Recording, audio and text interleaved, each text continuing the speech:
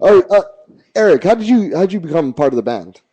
How did it happen? I mean, it has to be the greatest thing ever, right? It is. It was a great Wow. experience. It was, when I was on tour with another band, and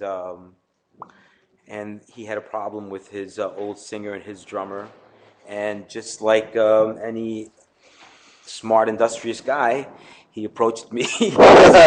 We don't go down. Yeah, he said, we don't want to stop the tour, why don't you try to learn the set as best you can, and it was very successful, and that was in like 1999 or 2000, and we finished the tour. We played for a little while longer, and then he had other drummers come in, Marky Ramone and Robo, who was one of the original drummers in the band, and a gentleman that played. How long ago was Marky Ramone?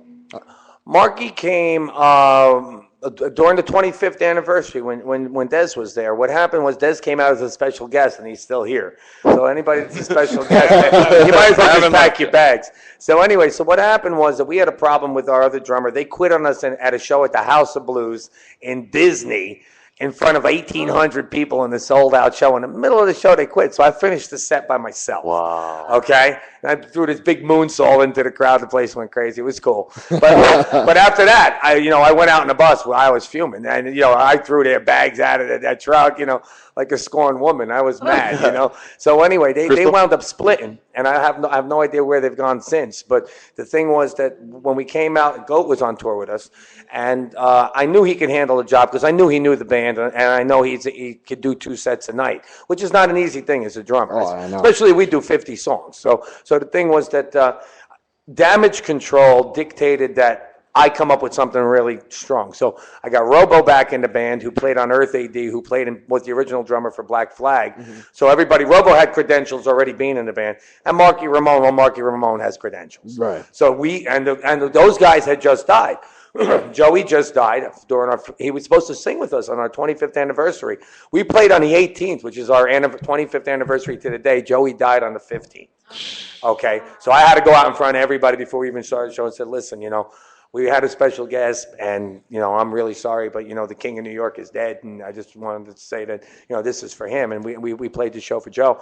And what happened was that I decided that if I brought Robo back and Marky back, it was going to totally overshadow any of the bullshit that was going on in our camp. Mm-hmm. And it did. You know what I mean? And so Robo played with us for a while, and then Marky became the drummer, and we did a 1950s cover album. And then Marky wound up, doing wandering off into another dimension. And Robo came back. Uh-huh. And then we were having problems with Robo because he's Colombian. And Robo's been in the country since 75. Okay, everywhere we went, it was an interrogation. You're from Colombia. Where's your special visa? Where's this? And he wouldn't get a U.S. passport. He was married because he worked with us in the machine shop because we're machinists by trade. So he worked with us. He got married in the United States, had a son in the United States, and never got a passport. Never got citizenship. I don't want to do that. I thought you don't want to do that. I book a tour of Europe for 5 countries. Okay, 40 shows. 2 countries won't let him in. So I had to fly him in. Every time we had to do something, it'd be like, get Goat on the phone, Go. Can you do something? Please, we're going to China. Hey, Eric, when you first get that first phone call, what is going through your head? Man, it was exciting. He knew it was coming. That was crazy. That was a really big. It was really big push for me. I had to really get my shit together and be like, you're representing something really big. Don't fuck it up. How long did it take you to learn the sets? Oh, you know what? An hour and a half. How long is the set? Right? It took him an hour and a half to figure it out because we had to do it on the spot. It was hard, man. In the beginning, I had to really I was on the road with my band. I wanted to party and have a good time like anybody else. But I had to take hours out of every day and learn, as many songs as I could and make little charts for myself and just make sure that I get it right. And on the plane ride there, or are you just listening to it? Oh yeah, absolutely, all the time. Even now, I try to listen to part of the set before the set just to get myself in the right vibe. Mm-hmm. I listen to Robo's interpretation of the set. I listen to Marky's interpretation. I listen to Chud's interpretation of the set. His is the best. And mine is the best. No, by far. No, by far. And you know why? Because he listens.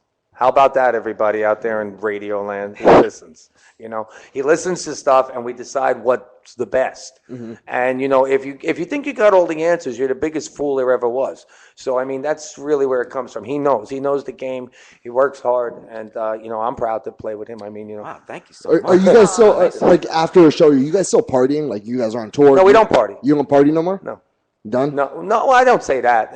But I mean, at the same time, I have a philosophy that when I was a kid and I worked at my dad's shop, and he used to treat us like mud. You know what I mean? We got paid minimum wage if we were lucky. Yeah. We'd work 60 hours for minimum wage for 30, Yeah. So the thing was, if I bought a ticket, I went to go see a band. If they weren't 100% into kicking my ass, I had a problem with that. So the thing is, when we get kids today, especially today, money's really, really tight.